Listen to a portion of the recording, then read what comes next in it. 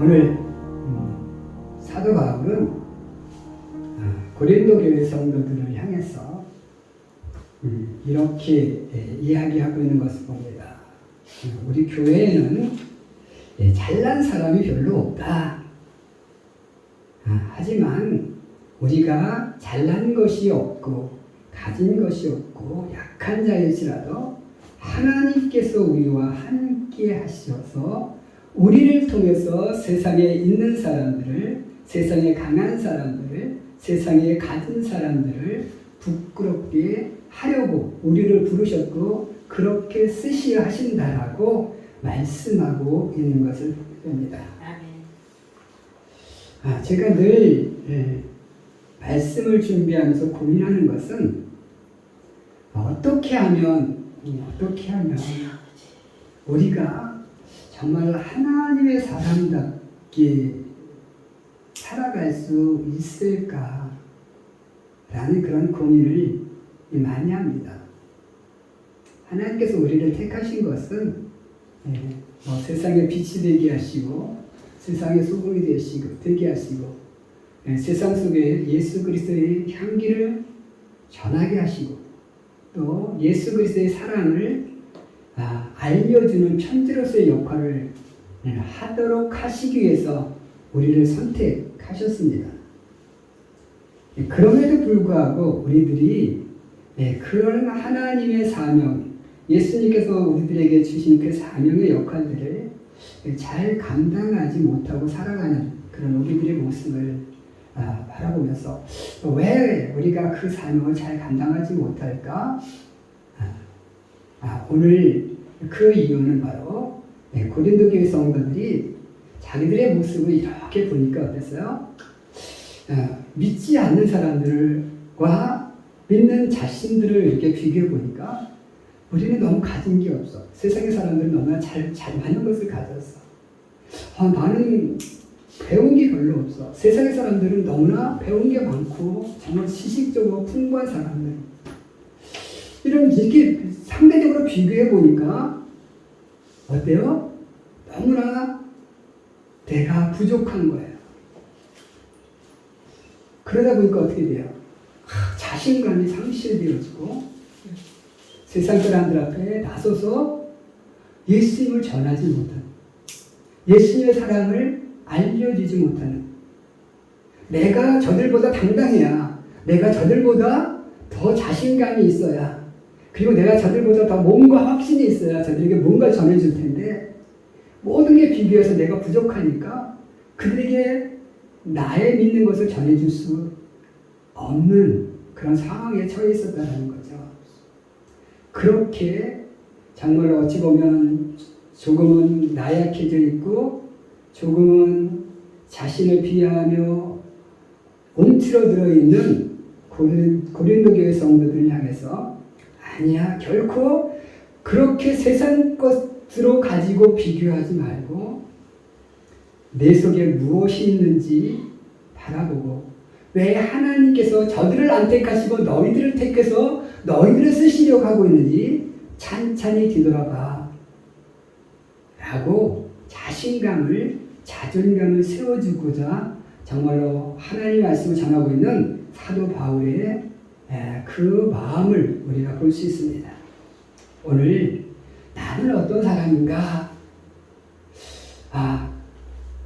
사도 바울과 같은 그런 자존감을 가지고 사는 사람인가? 아니면 고린도 교회 성도들처럼 축 처져 있는 패배자의 의식을 가지고 있는 사람인가? 오늘 뒤돌아보시길 바랍니다. 그래서 정말로 사도 바울이 전해주는 이 말씀을 듣고 사도 바울과 같은 마음, 또 고린도 교회 성도들이 이 말씀을 듣고 정말로 다시 한번 일어서는 것 같이 오늘 우리도 정말로 일어서는 그런 믿음의 사람이 될 수 있기를 원합니다. 아멘. 그래서 오늘 우리가 나는 어떤 사람인가를 생각해 보면서 이런 사람이 되었으면 좋겠다라는 그런 마음을 갖고 말씀을 전합니다. 첫 번째로 우리는 어떤 사람이 되어야 하는가? 생명의 씨앗을 품은 그런 사람이 되어야 한다라는 것입니다. 하나님께서 하나님의 일꾼을 세우실 때, 그리고 하나님께서 사용하시고자 하실 때는 어떤 세상적인 기준을 가지고 우리를 선택하시는 것이 아니다라는 거예요. 정말로 세상적인 기준을 가지고 선택하셨다면 정말로 박사, 세상에 정말로 큰 기업가, 그죠? 아니면 정말로 힘이 엄청 센 그런 정말로 장사들, 이런 사람들을 선택하셨을 거죠.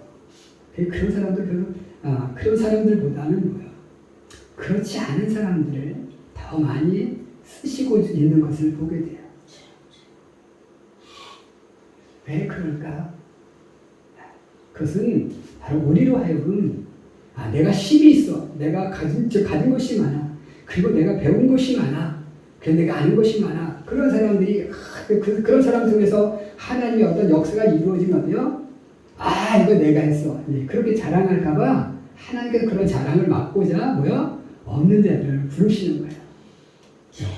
우리같이 힘없는 사람, 우리같이 정말로 좀 약간 못 배운 사람, 이런 우리를 택해서 이렇게 쓰시는 거예요. 내가 뭐 해도 나를 자랑하지 않는 거예요. 하나님께서 우리를 선택하시는, 세상의 기준을 가지고 선택하시는 것이 아니라는 거예요. 그러면 왜 없는 자들을, 부족한 사람들, 그런 사람들을 선택하실까? 또 하나님의 의중은 무엇일까라는 거예요. 하나님께 우리를 선택하실 때의 기준은요, 바로 우리 속에 어떤 생명의 씨앗이 있느냐 없느냐라는 겁니다. 물론 모든 것은 생명의 씨앗을 씨눈을 가지고 있어요. 우리 씨앗들을 보면 어때요? 씨앗들을 보면 이게 쌀이 있으면 어때요? 쌀에 하얀 부분이 있고 거기에 뭐가 있어요? 씨눈이 있습니다. 계란에도요, 계란을 봐도 그 안에 흰자가 있고 그 안에 노른자가 있습니다. 그렇죠?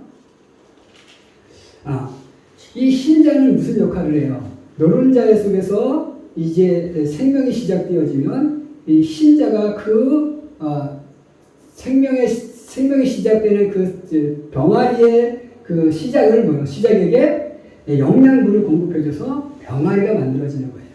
자, 벽시도 이 씨앗이 떨어지면 그 씨눈이 발안을 합니다. 그러면 얘가 어디서 영양분을 받아요? 그 하얀 쌀 부분에서 영양분을 받아가지고 씨앗을 내기 시작하는 거예요. 자, 이 생명의 싹을 틔울 수 있는 이 씨눈이 없으면 뭐요? 싹을 어떻게 보면 틔울 수가 없는 거죠. 그러니까 오늘 우리 속에 이 생명의 씨눈을 가지고 있어야 돼요. 근데 누구나 다 생명의 씨눈을 가지고 있죠. 그런데 그 씨눈이 정말로 좋으냐 나쁘냐에 따라서 좋은 열매지 어떻게 보면 좋은 종자로 이렇게 만들어질 수 있고, 그 생명적인 씨눈이 약한 것은 제대로 된 어떻게 싹을 틔울 수 없는 그런 상황에 이르게 되는 거죠. 그러니까 오늘 우리 속에 하나님께서 우리를 보실 때, 이 사람이 정말로 나의 일에 합당한지 그 생명의 그 잉태된 그 씨눈이 있는지를 바라보신다라는 거예요. 우리 성경 속에 보면 예수님께서 이렇게 이제 제자들 택하시잖아요, 그죠? 제자들 택하시는데 이제 그 베드로를 선택하실 때 어땠어요? 베드로를 선택하실 때 베드로가 이제 밤이 맞도록 고생을 합니다. 결국 이제 지쳤어요, 그죠? 고기를 한 마리도 못 잡고 오니까 밤새 그물 던지는데 한 마리도 못 건졌어요. 얼마나 피곤해요, 그죠? 밤새 고기를 잡았는데, 그죠? 배 타고 출렁거리면서 중심이 잘 안 잡히면서 그 그물을 내렸다, 그물을 끌고 올렸다. 그 고기 한 마리 못 잡았고 실망해서 딱 들어오는데 예수님께서 다시 한번 깊은 데로 가서 던져봐.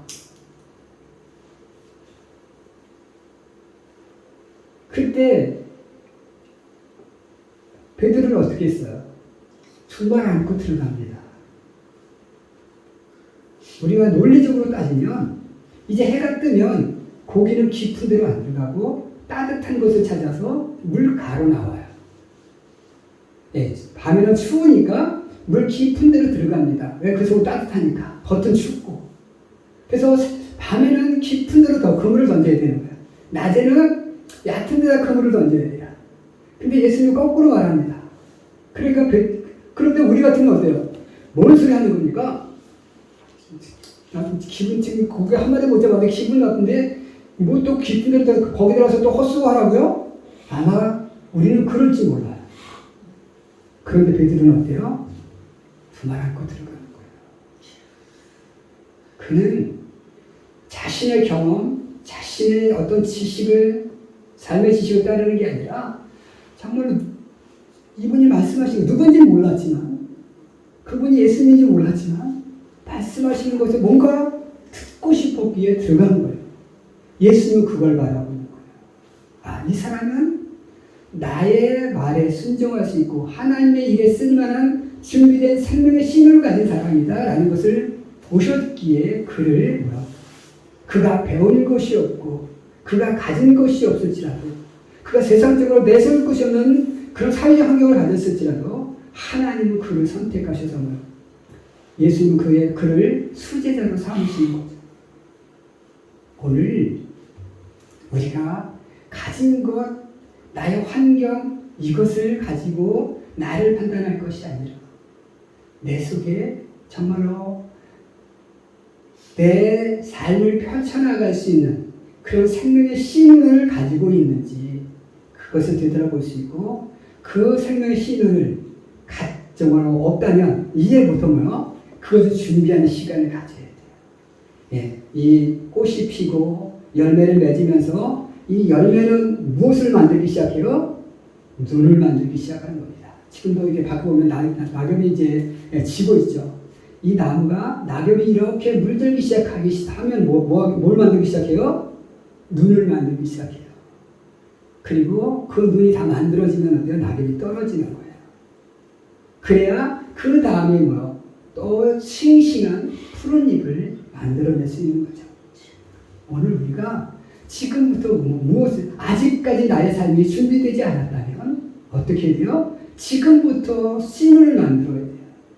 정말 믿음으로 정말로 주님의 말씀을 의지하면서 씨를 만들어 나갈 때 이 씨는이 언젠가는 정말로 눈을 틔우고 그 눈을 싹을 틔우고 싹이 큰 나무를 만들고 정말로 거목이 될 수 있는 그런 기초를 만들 수 있음을 기억하셔서 정말로 내 속에 없는 아직도 만들어지지 않은 그 생명의 씨를 만들어가는 그런 또 그것을 소유한 그런 사람들이 성도가 될 수 있기를 주님의 이름으로 간절히 축원해 드립니다. 아멘. 두 번째로 나는 정말로 패배자가 아닌 승리자가 되기 위해서 우리가 준비해야 될 것, 살아가야 할 것은 바로 준비된 삶을 살아가야 한다는 겁니다.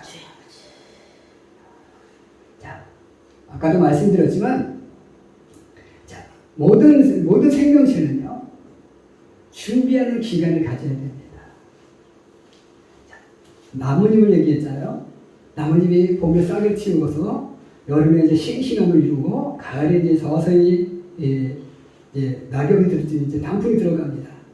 이제 그 단풍이 드는 그 시점부터 이 나뭇잎은 무엇을 만들기 시작한다고 했어요? 씨눈을 만들기 시작하는 거예요. 그 준비 기간입니다. 자, 이 벼도 이제 꽃이 피고 이제 열매를 맺기 시작하면 이제 그 안에서 씨눈도 만들고 이제 벼알도 만들고 합니다. 그렇게 만들어져서 하나의 완벽한 벼알이 만들어져야 뭐가 돼요? 그가 그 다음에 또 새로운 종자로서 또 다른 벼를 싹틔울 수 있고 그리고 또 벽씨를 얻어낼 수 있는 거죠. 그 벼알을 제대로 만들었지 우리가 보면 벼알을 제대로 만들어내지 못하는 것도 있습니다. 그거를 뭐라고 그래요? 쭉정. 그러니까 잘 만들어지는 씨앗은 뭐야? 알곡이고 이것을 만들어내지 못하면 뭐야? 쭉정이가 되는 거예요. 그러니까 똑같은 시간에 갔습니다. 싹을 틔우고 가을에 열무지게 수확이 되기까지 똑같은 시간과 똑같은 조건과 똑같은 환경을 만들어내지만 어떤 것은 알곡이 되고 어떤 것은 축성이가 돼요. 무슨 차이일까요? 준비하느냐 준비하지 못하느냐의 차이라는 거죠. 우리의 인생이 그런 거예요. 내가 준비하는 사람이 되느냐 준비하지 못하느냐에 따라서 나의 삶은 알곡이 될 수 있고 축적이 될 수도 있다는 거죠. 도광량이라는 말 엄마가 자주 사용하잖아요. 그죠? 사모님이 도광량이라고 하면 자주 사용하는데 도광량이가 뭡니까? 칼이 있어요. 이 칼을 이제 장인이 칼을 만들어냅니다. 그런데 이게 이제 명검이 되느냐 아니면 쓸모없는 검이 되느냐는 그 칼이 얼마나 나를 날카롭게 세우느냐에 따라서 달라지는 거예요. 아무리 열심히 만들어서도 칼날이 날카롭게 세워지지 않으면 뭐요? 쓸모가 없어요. 무 하나 쓰는데 무가 안 쓸려. 파 하나 쓰는데 파가 안 쓸려. 그럼 그 칼 쓰겠어요?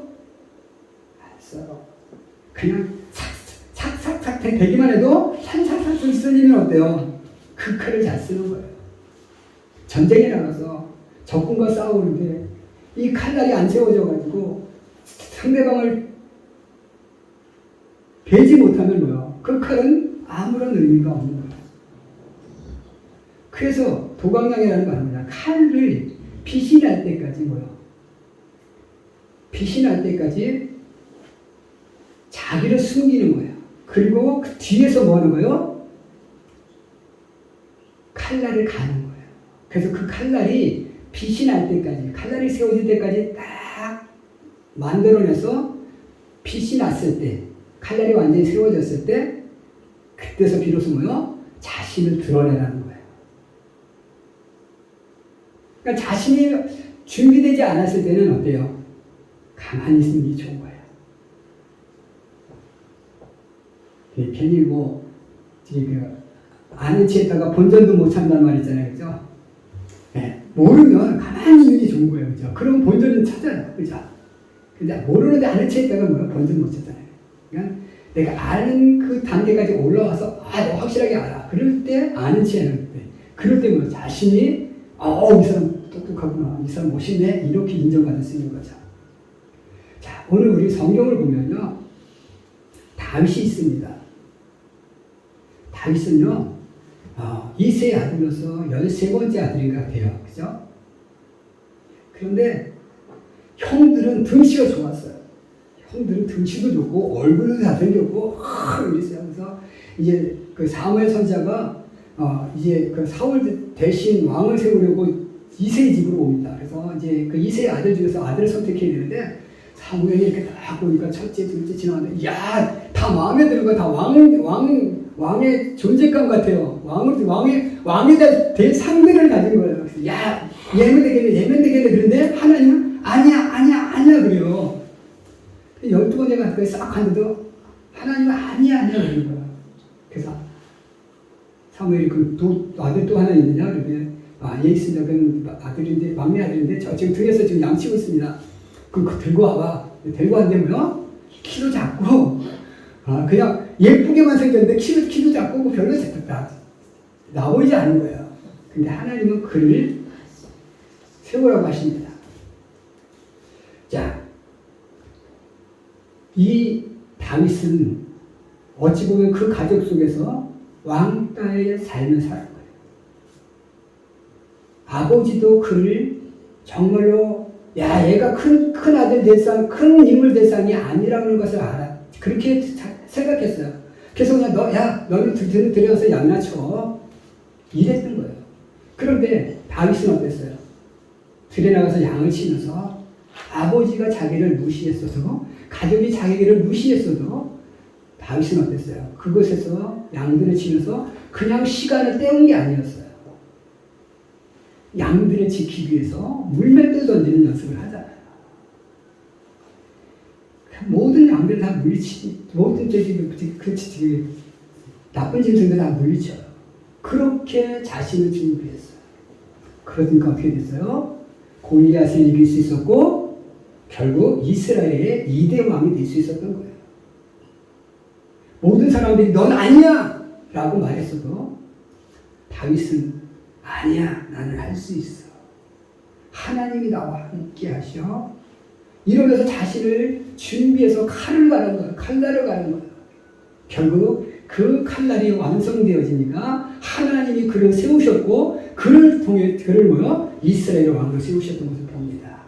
오늘 우리가 나의 실력을 지금은 내가 비록 부족하지만 지금은 내가 세상적으로 보잘것없을지라도 열심히 나의 칼날을 가는 나를 준비하는 삶을 사시기를 원합니다. 그런데 하나님은 우리를 그렇게 다윗처럼 사용하실 것을 믿으시고 준비된 삶을 살아가는 우리가 될 수 있기를 주님의 이름으로 축원해 드립니다.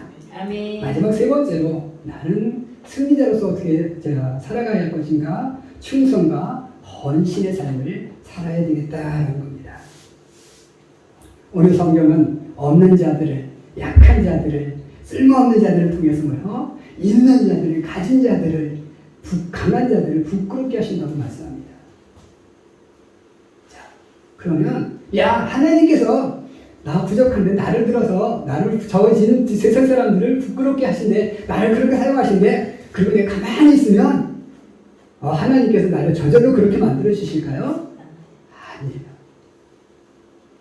감낭 밑에서 감 떨어지기를 기다리는 사람처럼 그렇게 기다려서는 안 된다는 거죠. 어떻게 해요? 감을 따야 되는 거예요. 필사적으로 감을 따야 그 감이 내게 되는 거죠. 예수님은 말씀합니다. 천국은 누구의 것이다? 침노하는 자의 것이다. 천국은요, 내가 막 쳐들어가서 쟁취해야 되는 거예요. 가만히 있다고 천국이 내게 되는 게 아니라는 거죠.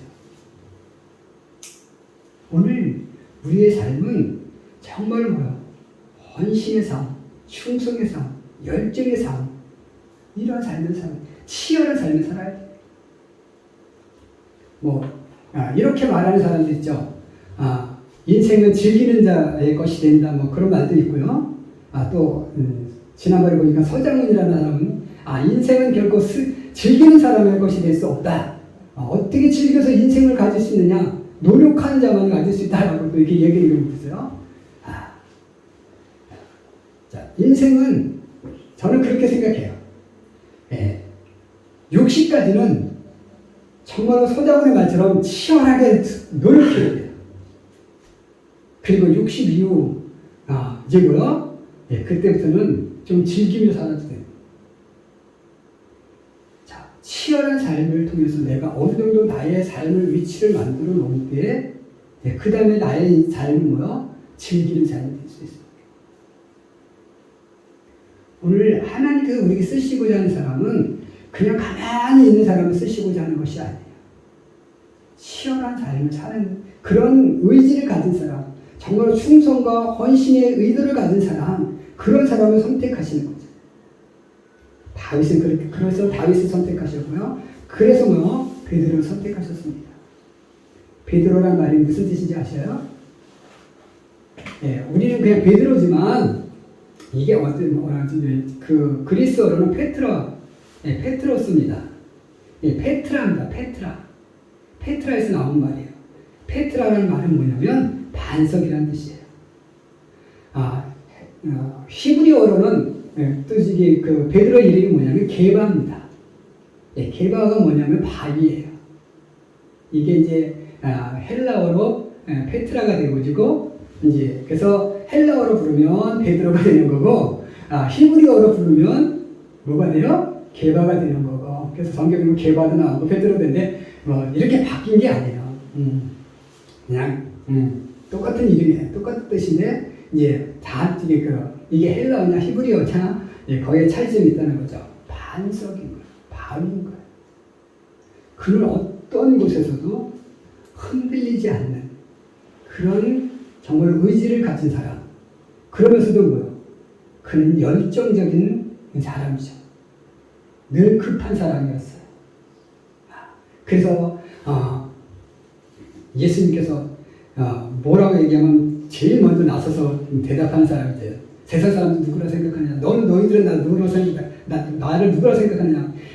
저는 그리스도의 살아계신 하나님의 아들이시냐? 제일 먼저 대답하는 그런 성격 급한 이만큼 열정적이고 헌신적이고 충성적인 사람이었기에 예수님은 그를 수제자로 삼으시는 거예요. 오늘 우리의 삶이 이렇게 베드로처럼 정말로 굳은 의지를 가진 상태에서 또 그러면서도 뭐요? 열정적이고 정말 헌신적이고 치열한 그리고 하나님 앞에 충성한 그런 삶을 살아가면 하나님께서 오늘 지금 내가 부족하지만 지금 내가 가진 것 없지만 지금 내가 연약하지만 하나님 나를 강하게 힘차게 또 지혜 있는 자로 만들어주셔서 정말 세상에 저 사람들을 부끄럽게 하는 그런 강한 하나님의 일꾼으로 세워주실 것을 믿으시고 그렇게 패배자가 아닌 승리자로 정말로 삶을 살아가는 우리 귀한 성도들이 되시기를 주님의 이름으로 간절히 축원해드립니다. 기도하겠습니다.